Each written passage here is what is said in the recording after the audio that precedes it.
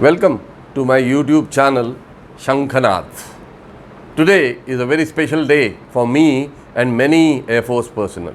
Today is Air Force Day. So today I am going to speak on the peacetime roles of Indian Air Force, which are equally important. Air Force, as you all know, is dedicated to the cause of serving nation for more than 70 years now. Protecting skies from any violation of Indian airspace is their primary task, and the fighter aircrafts undertake this task. Otherwise, throughout the year, this fleet keeps training to keep their skills updated, because when the need is there to protect the country, they can respond professionally. Transport and helicopter aircraft also have their primary task as same as fighters. However, their secondary task is also very important. It has greater significance these days especially. Air Force responds to common citizens' need, especially in natural calamities and disaster relief, nationally as well as internationally. You can say in peacetime, the helicopter and transport fleet is face of Indian Air Force. Why do I say so? Because the common man, politicians, bureaucrat all judge the capabilities of IF based on this task of Indian Air Force. The performance of helicopters and transport during these calamities is the judging scale for the performance.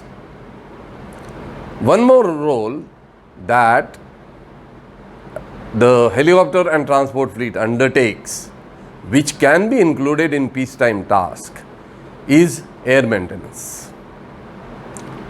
Air maintenance is required because there are a lot of areas in India especially which are not connected with rail and road. Anyway, that we will come up to later. As you can see and know, India is the most divergent landscape and climatic variations across its geographical expanse. I will explain this. To the south, you have coastal region and island territory. To the west, desert are there, salt plains, even marshy land is there. East has got lush green hills, and north we have the mighty Himalayas. Mountains ranging from 20,000 to 25,000 feet and one of the most inhospitable terrain. To defend all these areas, we need army. However, maintaining army in Himalayas is the most difficult aspect. And army is positioned at such places where there is no road, no rail network. Poor weather, harsh climatic conditions also add to the misery. Now, how do army is provided all their daily needs? The only way to do that is through air, and here comes the role of Indian Air Force. Army is provided with daily needs through air maintenance by Indian Air Force. You know, in Himalayas, there are very less flat grounds. Wherever there are flat grounds, we have made runway, like Leh and Thois. However, the army is positioned at many remote places also. There is no road also. So, the daily needs are provided to them. That is, daily ration, arms, ammunitions, even medicines are provided to them by dropping the requirements from the air with the help of different aircrafts. Now, another role which has got significance in such harsh weather condition and inhospitable terrain is the casualty evacuation. So, whenever the Jawans or the even civilian population has to be evacuated for medical aid, Then they have to be brought to Chandigarh. If I tell my viewers an incident, then they will really understand how casualty evacuation is the most important and is almost the backbone of the whole activity. It was winter of 2008. Heavy snowfall had crippled the entire life in northern sector. Heavy shelling was going on because Pakistanis were attacking very close to Thois. Many of our Jawans were injured because of the shelling and they had to be evacuated immediately. The helicopters, as always, brought them from the remotest position to an airfield known as Thois. And the information reached Chandigarh that immediate evacuation is required, the aircraft has to be launched. Now, what we do for such circumstances? We have something known as standby crew. It was a Sunday, but still we had a standby crew. However, as a commanding officer, when I looked at the weather, I came to know that it is not possible for the crew who is detailed as standby crew to penetrate that weather and carry out the casualty evacuation. So I, being the commanding officer and most experienced in that area, took on the job myself. It was a very cloudy day. However, we could manage to reach Overhead Leh quite comfortably. You know, in hilly region, when you fly, the instruments or the navigational aids help to a restricted level. When you have to descend down, you have to have ground in contact because there are high hills around, so you cannot descend blindly on instruments. So, in this clouding, we reached till Leh. Thereafter, we carried on at 24,000 feet over Thois. The mountains are below that. Overhead Thois, we couldn't see the airfield. Now, descending like this can be very dangerous because you don't know exactly where the hills are. Anyway, the casualty evacuation task was very important, so we waited for some time. We circled around over Thois. With God's grace, we could find an open patch through which I could see the airfield. So we descended down through that patch and landed at Thois. Now the casualties were ready and we didn't want to waste fuel, so we kept the engines running and the casualties were boarded on the aircraft. When I saw them, the boys were of 19 to 20 years old and they had all different splinter injuries. Some had head injury, some had limb injury, but they were all given sedation. So they were not aware or not feeling the pain as such. A doctor was accompanying them. So as they quickly boarded, the stretchers were fitted to the aircraft and we taxied out. However, it was a day where difficulties after difficulties we were facing. Now, when I looked up, there was no opening in the clouding where I could climb up. Because you have to climb up above the mountains or go through valleys. To go through valleys, you have to see. But because of clouding, we were not able to see valleys. So, I waited on the runway for some time to clear up. It didn't. So, against all my wishes, I taxied back to the dispersal once again, but decided to wait because I had to take these casualties. When in dispersal, the doctor came to me and what he told me surprised me and will surprise you all. He told me that the patients in their unconsciousness also have understood that, or you can say half consciousness, they understood that they are in an aircraft and they have been evacuated to Chandigarh. And he told me a very surprising fact. He said their all health parameters have really improved only by knowing that they are in the aircraft and will be evacuated. Such is the willpower of these people. Now, after he narrated me this, I decided to wait for some more time to weather to clear and take them to Chandigarh, because now it became my responsibility.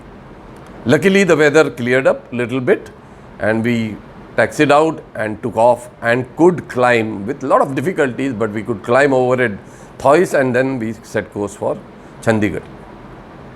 As we landed at Chandigarh, the ambulances were ready. These boys, 18 to 20 years old, and 8 to 10 of them were taken to Chandi Mandir hospital. Next morning, I just couldn't resist but not to go to the hospital to have a look that the Jawans whom I have evacuated, how are they keeping. To my happiness, I saw that all were operated upon, the splinters were removed, and they were recovering. I did speak to some of them, but never mentioned that they came in my aircraft. But knowing that they are okay now gave us a lot of satisfaction. You know, when you complete such task, it is one of the biggest accomplishment of yours. You can say it is the biggest award. And it is the biggest award for a routine job which we have to do. But this encourages you to do such things much more when required with newfound enthusiasm. Himalayas, let me tell you, are just not mighty.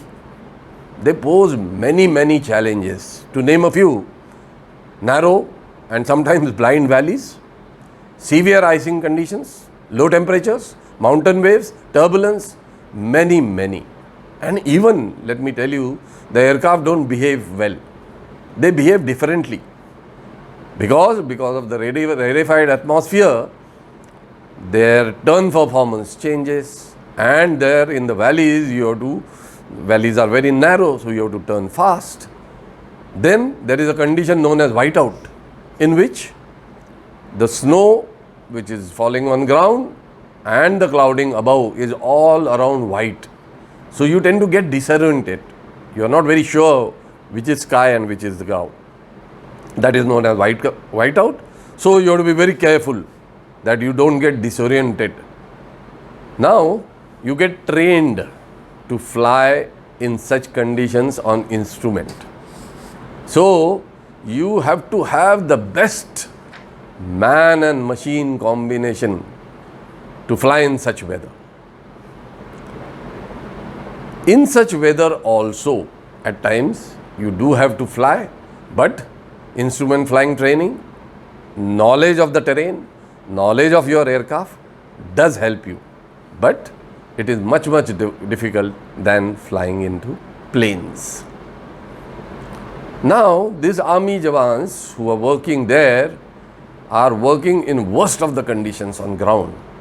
So, to keep their morale up, we have to keep providing them the basic needs every day. Sometimes weather goes bad. So, we can't go there. Thereafter, if and whenever the weather improves, you have to do the task much more. But Indian Air Force is dedicated to the task, and never it has happened that because of paucity of ration and other daily needs, there has been any problem. In short, what you can say is IAF, that is Indian Air Force, has built an aerial bridge between Chandigarh to all the Himalayan bases like Leh, Thoi, Siachen, Aksai Chin. In short, Air Force Station Chandigarh, from where all these activities take place, can be said to be the heart of a well-oiled machine. So, let's typically have a look at one day of Air Force Station Chandigarh. And let me tell you, many of you won't know that this activity continues for 360 days, 24 hours, and all the 7 days. You know, in Himalayas, all the problems which I told you about weather, high wind speed, then visibility dropping, then turbulence in the afternoons, you have to get airborne before sunrise, and you have to get out of hills before 1:30 or 2 o'clock. Otherwise, the turbulence makes it impossible for an aircraft to fly. And such huge aircrafts also can be destroyed, I'm telling you, destroyed by these strong winds. That is why the activity in Air Force Station Chandigarh starts very, very early in the morning. Suppose one has to take off at sunrise, then at least 2 hours before, the air crew report to their squadrons, and almost 4 hours before the takeoff time, that is the sunrise time, the technicians and the loading party reports Air Force Station Chandigarh. So suppose the sunrise is 6, let's assume, then almost from 3:30 the activity in the station starts. The technicians come, service the aircraft, refuel, keep it ready. The army Jawans come, load the aircraft, and for loading aircraft you take time. And 3 to 4 big aircrafts like IL-76 and few smaller aircraft like the AN-32, 6 to 7 have to be loaded. So it's a very, very difficult task. And let me tell you, it is throughout the year. So imagine what must be happening to get up at 3 o'clock in the morning and start working in winters, where Chandigarh weather itself is also, temperatures are pretty low, almost 1 degree, sometimes at minus. So such conditions, the Air Force Station works just to provide the daily needs to our army Jawans who are protecting our borders. Now, even if you take off at sunrise, just one wave of this sorties doesn't suffice. The load which is to be taken is quite a bit. So as the aircraft get back, firstly, at Leh and Thois, the aircraft are offloaded very fast. And imagine the conditions of the Jawans who are doing this activity. It is a rarefied atmosphere, less oxygen. You and me can't walk 10 to 15 steps at 10,000 feet at Leh. However, these Jawans offload the aircraft quickly so that the aircraft can get back to Chandigarh. Now at Chandigarh, another activity starts. The servicing of the aircraft is once again done. The aircraft is refueled. Again the loading is done and second wave moves out. Thus, all this activity has to be finished by around 2:30 in the afternoon. That is, aircraft should be on ground at Chandigarh, because thereafter it's not possible to fly in the hills. Helicopters, which are based at Leh and Thois and that area, also do the same activity throughout the day, mind you. So once the aircraft land up in Chandigarh around 2 o'clock, then the job doesn't finish. Then the technicians have to again service the aircraft. If there are some technical hitch, they have to resolve that so that the aircraft is ready and available for the next morning. Such is the back-breaking task of Air Force Station Chandigarh, well supported by the army personnel. Many of you may not be aware, I am sure, that this air maintenance task of this amount is done only in India. Nowhere in the world such mammoth task is taken up. We almost airlift 30,000 tons in a year. That is in north. And in north is around 10 to 20,000 is done. So, how does this activity takes place? You know, there are many agencies involved.